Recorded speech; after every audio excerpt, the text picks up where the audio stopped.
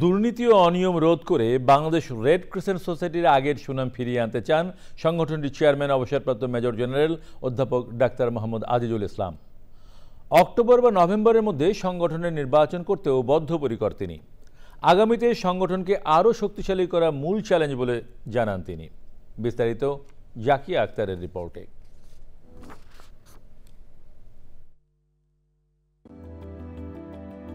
বন্যা, ঘূর্ণিঝড় সহ যে কোনো প্রাকৃতিক দুর্যোগে ত্রাণ ও পুনর্বাসনে সহায়ক ভূমিকা পালন করে আসছে বাংলাদেশ রেড ক্রিসেন্ট সোসাইটি।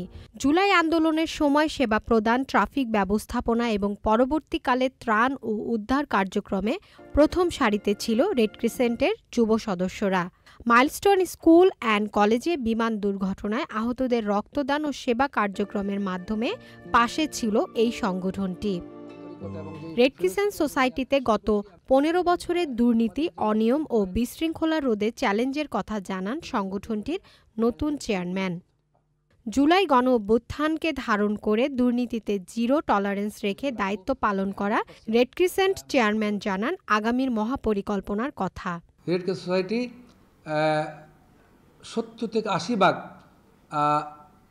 যেরকম দুর্নীতি বা অনিয়ম ছিল, সেই অনিয়মে থেকে বেরিয়ে আসছে। ইলেকশনের জন্য এই অক্টোবর নভেম্বরের মধ্যে হয়ে যায়, এটা আমাদের প্রধান কাজ।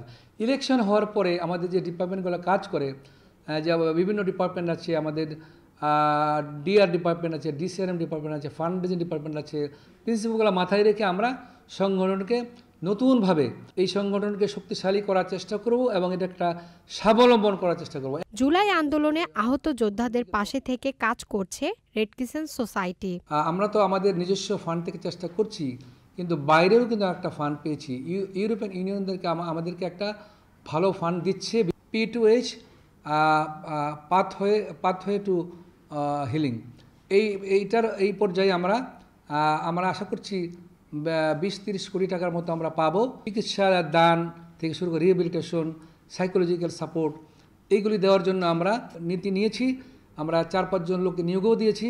মানবতার সেবায় কাজ করায় এই সংগঠনের শক্তি, সামর্থ্য ও সক্ষমতা বাড়ানোর প্রত্যাশার কথা জানিয়েছেন চেয়ারম্যান আজিজুল ইসলাম। আমরা চেষ্টা করছি। Zakia Akter, channel I, Dhaka.